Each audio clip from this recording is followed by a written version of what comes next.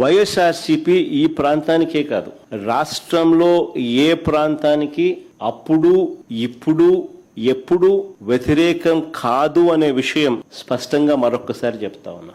1,00,000 ఎకరాల్లో తీసుకున్న 1,00,000 ఎకరాలలో కేవలం రోడ్లు వేయడానికి, కేవలం కరెంట్ ఇవ్వడానికి, కేవలం నీళ్లు ఇవ్వడానికి, కేవలం డ్రైనేజ్ కనెక్షన్లు ఇవ్వడానికి, ఇటువంటి బేసిక్ సదుపాయాలను కల్పించడానికి ఈ లెక్క ప్రకారమే, ఈయనిచ్చిన లెక్కల ప్రకారమే ఎకరాకు 2 కోట్ల రూపాయలు ఇంటూ 1,00,000 ఎకరాలు అంటే ఏకంగా 2 లక్షల కోట్లు కావాలి. ఈ 2 లక్షల కోట్లు ఇంకా ఎంత పెరుగుతుందో చెప్పలేం, ఎన్ని సంవత్సరాలు పడుతుందో చెప్పలేం, ఎన్ని దశాబ్దాలు పడుతుందో చెప్పలేం.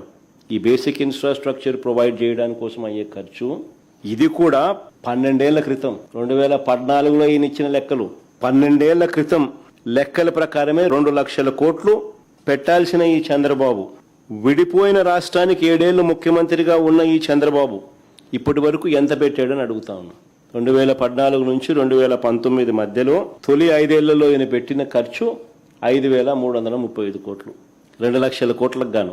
అవి కూడా అప్పుల ద్వారా తెచ్చినవే. ఈ 2 ఏళ్లలో కూడా ఎంత పెట్టారని చూస్తే, ఇప్పుడు మళ్ళీ సెకండ్ టర్మ్ మళ్ళీ ఆయన ముఖ్యమంత్రిగా ఆయన ఈ 2 ఏళ్లలో కూడా ఎంత పెట్టారని చూస్తే, నాకున్న సమాచారం ప్రకారం చంద్రబాబు నాయుడు గారు అమరావతి కోసం ప్రస్తుతానికి చేసిన గ్రాస్ కమిటెడ్ అప్పులు 47,000 కోట్లలో ఇప్పటికే డ్రా చేసింది 13,000 కోట్లు, మొబిలైజేషన్ అడ్వాన్సులుగా ఇచ్చింది 5,500 కోట్లు.